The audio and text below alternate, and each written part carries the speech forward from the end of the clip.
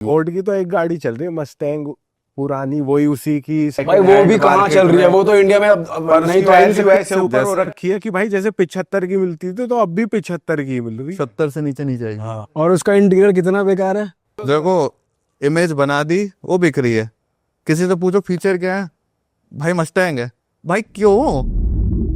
आवाज कर रहे हो। वो ये जो है वो है वाला हिसाब है। जैसे आपने बताया ना टोरा है, बट टोरा है उसका और कुछ नहीं है। बाकी जो आपने बताया फॉर्च्यूनर वो अलग क्लास है। और एंडेवर भाई ले लो, प्री ऑन्ड में बिक रही है, ले लो, बट आएगी नहीं फोर्ड दोबारा। वो 10 साल का एक पॉलिसी होती है, सब आप लोगों को पता होगा कि जब कोई भी कंपनी किसी कंट्री से जाती है तो 10 साल के लिए उसे प्रोवाइड करानी होती है सर्विस। तो वही खेल चल रहा है, इससे अलग कुछ खेल नहीं है। अब सोचो आएगी, ये मार्केटिंग का तरीका है। एंडेवर प्री ऑन्ड मार्केट में बहुत घूम रही है। अगर बोल देंगे फोर्ड वापस नहीं आएंगी तो बिकेंगी नहीं, करोड़ों का नुकसान होगा। बट लोग शौकीन हैं फिर भी एंडेवर के, लोग लेते हैं। अच्छी गाड़ी है, गाड़ी अच्छी है, गाड़ी का मेंटेनेंस भी इतना ज़्यादा नहीं है, अच्छी है। मैं एक बात बताऊँ, मैं उसको फॉर्च्यूनर से ऊपर रखता हूँ कंफर्ट के मामले में। ब्रांड वैल्यू थोड़ी कम हो सकती है, बट मेंटेनेंस तो भाई फॉर्च्यूनर की ज्यादा बढ़िया है उससे, फोर्ड से। ज़्यादा बढ़िया है, बिल्कुल। भाई ये बताओ इलेक्ट्रिक कार्स का क्या फ्यूचर देख रहे हो आप। इलेक्ट्रिक कार्स आजकल रेकमेंड करते हो आप, या और 1-2 साल रुक के जब ये फॉल्ट्स कम हो जाएं थोड़े और तब लेनी चाहिए लोगों को, क्या क्या सीन है। 2026 से पहले, 26 दिसंबर से पहले इलेक्ट्रिक मत लेना। अच्छा। 8 लाख, मतलब आज जो 12 लाख की गाड़ी आ रही है, जैसे आपने बोला भाई ने यार महंगी है, महंगी है, तो ये महंगी कैसे लोगों तक पहुंचेगी? भाई मिडिल क्लास आदमी पैसा खर्च नहीं करेगा, कैसे पहुंचेगी लोगों तक? वो पहुंचेगी जब इसके प्राइस नीचे जाएंगे। बिल्कुल सही बात। प्राइस कैसे नीचे जाएंगे? 2026 में डीजल पे थोड़ा सा प्रकोप आएगा। आप लोगों की डीजल की गाड़ी है? हाँ डीजल मैं तीसरी बार बोल दिया पॉडकास्ट में। तो इस पे डीजल पे थोड़ा सा दिक्कत आने के चांसेस हैं। दिल्ली एनसीआर में पूरी दिक्कत नहीं आएगी, थोड़ी दिक्कत आएगी, तब इलेक्ट्रिक के जो प्राइसेस हैं वो नीचे जाएंगे। भाई ईवी की रीसेल वैल्यू कैसी होगी? नहीं मिलेगी। उसका रीजन बताता हूँ। देखो, हर चीज का रीजन होता है, ठीक है। इसका रीजन ये है, मैं मान के चलता हूँ 14 लाख की गाड़ी, आपको क्या लगता है उसमें बैटरी की वैल्यू कितनी रहती होगी? 14 लाख की गाड़ी में लगभग 5 लाख की बैटरी रहती है। इससे कम की अगर बैटरी है तो भाई ईवी मत लो।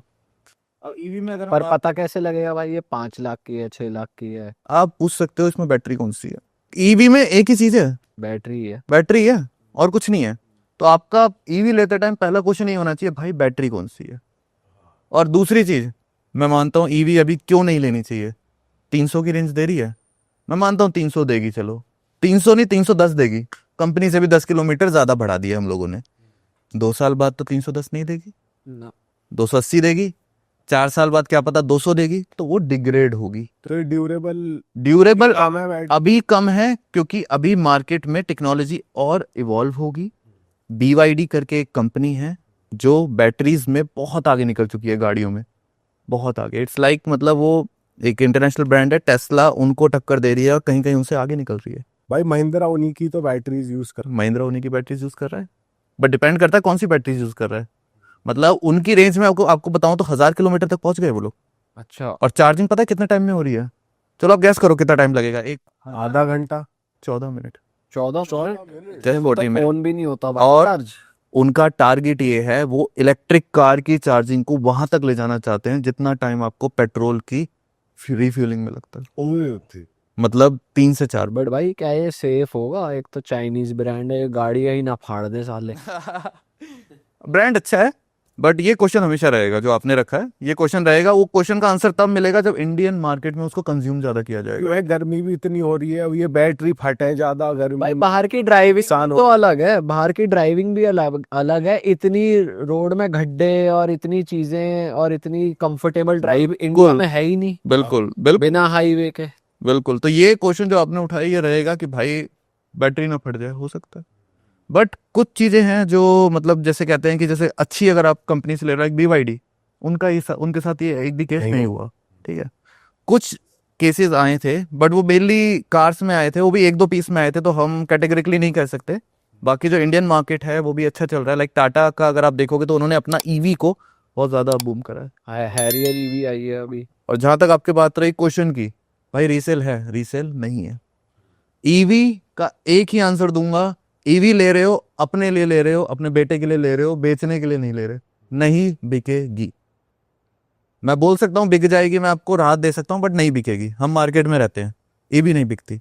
ईवी ले ली तो आप चलाओ, आपका बेटा चलाएगा, और उसे भी पैसा लगाना पड़ेगा क्योंकि बैटरी लेनी पड़ेगी 6 साल बाद। कंपनी आपको 3 साल 4 साल की दे देगी, 5 साल की दे देगी, उसके बाद आपको बैटरी चेंज करवानी पड़ेगी, और एक बार जब आप बैटरी चेंज कराओगे तो 5 से 7 लाख का खर्चा लगेगा। जो महंगी हाइब्रिड कार्स है उनमें जो बैटरीज होती है वो सही होती है?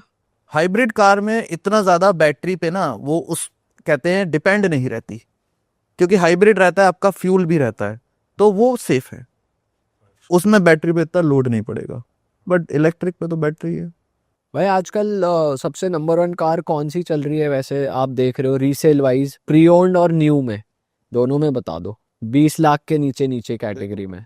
तो प्री ऑन में सिडैन में एक नाम बता रहा हूँ भाई, छूटते ही ले लेना, वरना अच्छी गाड़ी है। नई बजट बन रहा वरना का, भाई होंडा सिटी ले लो। नई बजट बन रहा होंडा सिटी का, भाई डिजायर ले लो। और अगर तब भी बजट नहीं बन रहा तो भाई फिर सेडान पे मत जाओ, फिर आ जाओ हैचबैक पे। हैचबैक पे भाई एक ही गाड़ी का नाम लूंगा, वो मैं क्या, वो तो बादशाह भाई भी बोल चुके हैं भाई, स्विफ्ट से बढ़िया कोई गाड़ी नहीं है। बादशाह भाई ने मोहर लगा दी, और वो सच में है, स्विफ्ट से बढ़िया कोई गाड़ी नहीं है। और बजट नहीं बन रहा तो भाई आम आदमी की गाड़ी है इंडिया में, फैमिली वाली, हैचबैक में वैगन ही है। एग्री करते हो भाई? तो कारस्तार है वो भाई वैसे। कनेस्टर, बट आम आदमी बिल्कुल ही बजट नहीं बन रहा। अबे किसी के लिए वो साले बहुत बड़ी चीज है। किसी के लिए बड़ी है। मैं वैगनार इंडिया में बहुत बिकी है, वैगनार इंडिया में बहुत बिकी है। ऊबर वाले सारी भाई वैगन आर पे ही चलती। दी कौन भी वैगनर नहीं चला, वैगनार ने चला रखी है इंडिया में, जितने डॉक्टर्स हैं सब वैगनार में चल। पर दिखने में तो कनस्तर है। दिखने में थोड़ा सा एग्री कर सकते हैं इनके साथ, बट हाँ दिखने में कनेस्टर। ठीक है, वैगन आर हो गई। और एसयूवी में भाई एसयूवी में आप ले सकते हो, अगर बजट ज्यादा है तो एक्सयूवी 700 आंखें बंद करके ले लो। उसका रीजन बताता हूँ। प्री ओन्ड या न्यू बता। प्री ओन्ड में अवेलेबल आई है अभी इंडिया, दिल्ली एनसीआर में अभी 150 खड़ी है एक्सयूवी 700। ऑल ओवर इंडिया तो होंगी 500 खड़ी है। इसलिए बता रहा हूँ, महंगी है थोड़ी सी, आपको स्टार्टिंग होगी 14-15 लाख से स्टार्ट हो जाएगी प्री ओन्ड में। गाड़ी एक्चुअल में 25 लाख से स्टार्ट है, नहीं लग्जरी फील देगी। अगर आप चाहते हो यार ऐसी गाड़ी ले लूं जो मुझे चेंज ना करनी पड़े और बजट भी ज्यादा खर्च ना करना पड़े तो ये ले लो। और अगर टोरा जमाना है तो फिर फॉर्च्यूनर। तो फॉर्च्यूनर ले लो। और अगर थोड़ा टोरा कम जमाना है, स्कॉर्पियो भी एक ऑप्शन है, सस्ती है। थार भी सही चलेगी इस मामले। थार चलेगी। थार पता है क्या है, थार मेरा हमेशा रहता है, थार आपकी दूसरी गाड़ी होनी चाहिए। आपके पास एक गाड़ी होनी चाहिए, उसके साथ थार होनी चाहिए। मैं हमेशा प्रिंसिपल लेके चलता हूँ। पर अब तो ये नोशन ब्रेक हो गया क्योंकि थार में भी बढ़िया लग्जरी आ रही है। रॉक सही है। हाँ रॉक्स जो आई है उसमें सब सनरूफ भी है और पेट्रोल भी बचा रही है आपका। रॉक्स जो है थोड़ा सा उन्होंने कोशिश की है कि भाई सिर्फ अपनी फ्रेंड्स को और गर्लफ्रेंड को मत बिठाओ, फैमिली को भी बिठा लो। कंफर्ट में थोड़ा सा कहीं ना कहीं अभी लैग कर रही है, बट थोड़ा सा लैग कर रही है, बट इतना नहीं, बट इतना चलेगा, ले सकते हो रॉक्स।